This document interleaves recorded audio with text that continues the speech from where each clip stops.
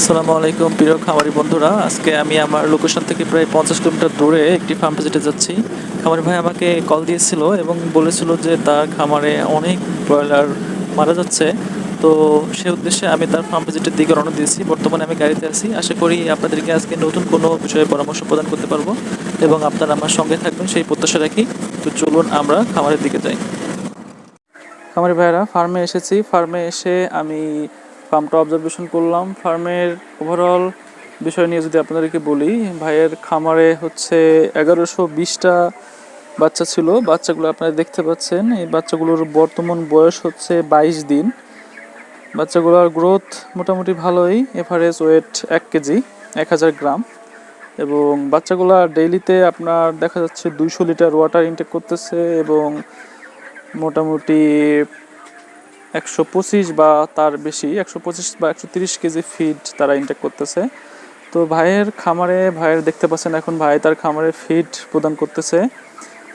ভাইয়ের খামারে যে সমস্যার জন্য তিনি আমাকে মূলত আসতে বলেছিলেন, খামারে মোটামুটি 22 দিন বয়সের বাচ্চা বেশ ভালোই বড় হচ্ছিল। হঠাৎ করে ভাই দেখতে পেয়েছিলেন 3 থেকে 4 দিন পর্যন্ত তার বাচ্চা 2-3টা করে মারা যাচ্ছে এবং গত দিন বা তার আগের দিন বাচ্চাগুলো একটু বেশি পরিমাণে মারা যাচ্ছিল, মর্টালিটি রেট বেড়ে গিয়েছিল। আজকে ভাইয়ের খামারে প্রায় 12টা মুরগি মারা গিয়েছে। গতকাল এরকম প্রায় 20টা মারা গিয়েছে। তো ভাই আমাকে বিভিন্ন ওষুধপত্র খাওয়ানোর পরেও যখন ঠিক হচ্ছিল না, ভাই আমাকে স্মরণ করলো, আমাকে কল দিল। তো আমি এসে আসলে ডায়াগনোসিস করার চেষ্টা করলাম। ওভারঅল ফার্মের পুরো ম্যানেজমেন্টটা একটু দেখলাম। এরপরে আমি পোস্টমর্টেম করে কয়েকটা ডেড বার্ডকে আমি পোস্টমর্টেম করার পরে একটু ডায়াগনোসিস করার চেষ্টা করলাম। তো আমার ডায়াগনোসিসটা ছিল, সেটা নিয়ে আমি একটু পরে বলবো। প্রথমত আমি একটু ম্যানেজমেন্ট নিয়ে কথা বলবো। ভাইয়ের খামারের ম্যানেজমেন্ট মাশাআল্লাহ ভালোই। মুরগিগুলো আপনারা দেখতে পাচ্ছেন, ফিড দেওয়ার পরে তারা ফিডিং করা শুরু করে দিয়েছে। তো ভাইয়ের খামারের ম্যানেজমেন্টটা ভালো, আশেপাশে পরিবেশ পরিস্থিতি ভালো, কিন্তু তার দেয়ালের ব্যাপারটা যদি আমি বলি, এই যে দেয়ালের যে ডায়ামিটার, এটা কিন্তু একটু কম। অর্থাৎ আমরা সাধারণত ডায়ামিটার বলি 7 থেকে 8 ফিট দিতে, সেখানে ভাইয়ের এখানে কিন্তু 5 থেকে একটু বেশি, 5 ফিটের একটু সামান্য বেশি। অর্থাৎ এখানে ডায়ামিটার কম থাকার কারণে ভাইয়ের খামারের যে বিষয়টা হয়েছে সেটা হচ্ছে প্রপারলি আলো বাতাস কিন্তু এখানে আসার যে ব্যাপারটা, এটা কিন্তু বিঘ্নিত হচ্ছে। অর্থাৎ এখানে কিন্তু প্রপার ওয়েতে আলো বাতাস না আসার কারণে এখানে কিন্তু তার খামারে যে ম্যানেজমেন্টের অন্যতম একটা ত্রুটি হাউজিং, সেই হাউজিংটা আমরা লক্ষ্য করতে পারছি।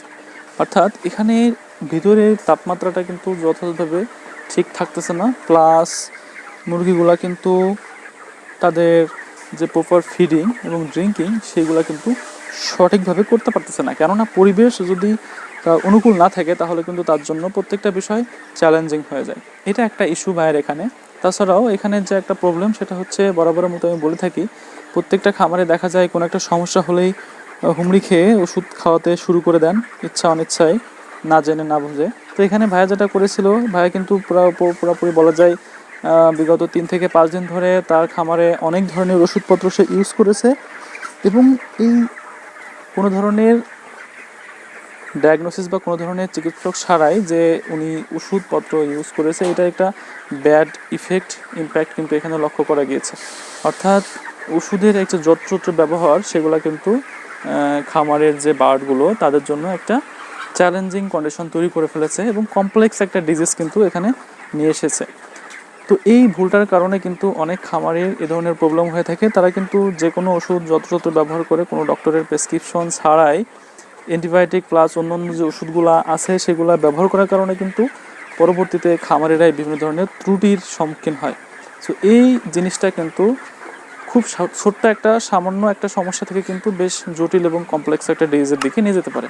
সো খামারি ভাইদের জন্য এখানে অন্যতম একটা আজকের যে গুরুত্বপূর্ণ পরামর্শ, সেটা হচ্ছে কখনোই কোনো একটা সমস্যা হলেই যত্রতত্র অ্যান্টিবায়োটিক ব্যবহার করবেন না, না জেনে না বুঝে বা কোনো ধরনের ডক্টরের প্রেসক্রিপশন ছাড়াই আপনার অ্যান্টিবায়োটিক ব্যবহার করবেন না।